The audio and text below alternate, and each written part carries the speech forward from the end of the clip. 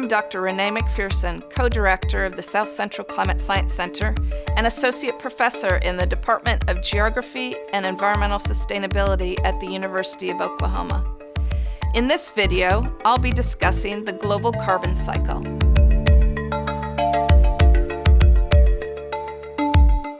Most of us are familiar with the global water cycle. As rain falls, infiltrates the soil or runs off into rivers, or evaporates from lakes and oceans to form clouds.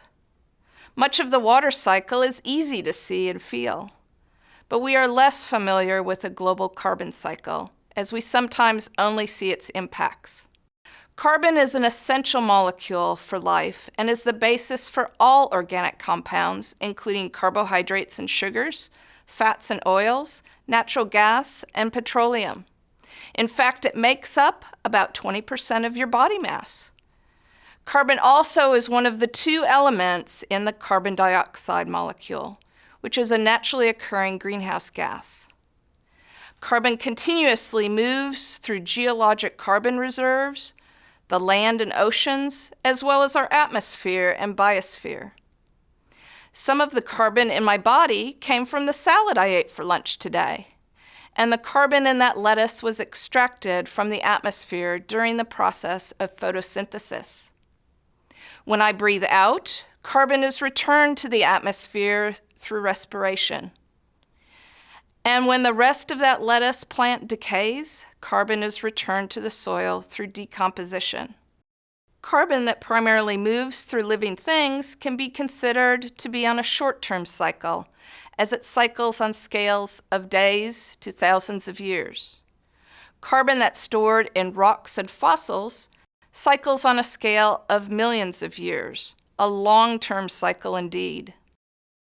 In this case, water, wind, and ice slowly weathered Earth's surface, creating sediments that can be moved into the ocean or interior basins where they eventually form sedimentary rocks.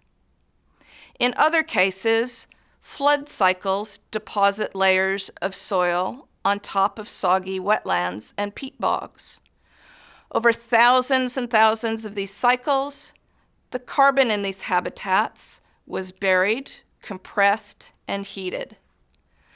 These processes created shale, coal, and other fossil fuel formations. Fossil fuels are part of the long-term carbon cycle, as they were formed through anaerobic decomposition when the bodies of plants and animals were buried millions of years ago. In this course, we're primarily concerned with atmospheric concentrations of carbon dioxide. So we'll call anything that adds carbon to the atmosphere a source, and anything that removes carbon from the atmosphere a sink. Carbon sinks include forests, grasslands, oceans, and soils.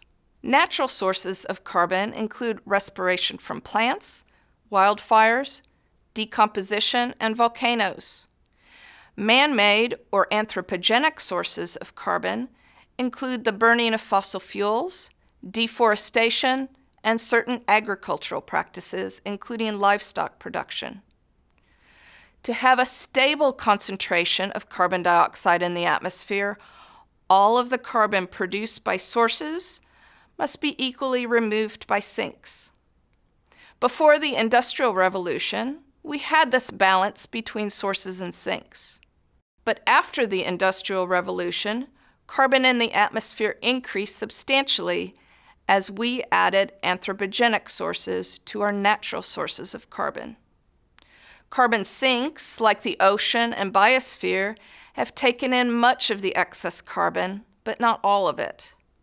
This excess carbon has been accumulating in our atmosphere as carbon dioxide, methane, and other greenhouse gases.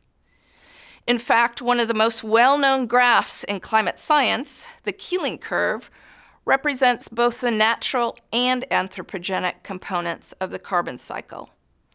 This graph displays measurements of carbon dioxide at Mauna Loa Observatory on the Big Island of Hawaii. The annual zigzags in the graph depict the seasonal cycle of our biosphere in the Northern Hemisphere. As plants green up and then go dormant or die. The long-term trend is the buildup of carbon dioxide in the atmosphere from man-made sources. This accumulation of carbon dioxide emissions in our atmosphere is the key driver of everything we will talk about in this course. The carbon cycle is a complex and dynamic system. A change in one part of the system can cause changes in other parts of the system. Carbon cycle feedbacks can act to amplify or slow down changes in the system. Let's consider an example of a positive feedback. Increasing carbon dioxide in the atmosphere increases the surface temperature of the Earth and the temperature of the atmosphere. A warmer atmosphere has created conditions for increased pine bark beetle infestations that are killing many trees in western U.S. forests.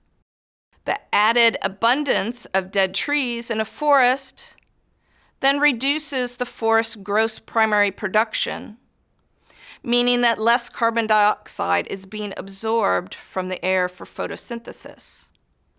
This increases the amount of carbon dioxide in the atmosphere, which then increases Earth's surface temperature, warming the atmosphere further. However, this carbon cycle feedback example is not as simple as it appears. Dry, dead trees are fuel for more wildfires. As they burn, wildfires release greenhouse gases such as carbon dioxide and aerosols like black carbon and volatile organic carbon compounds.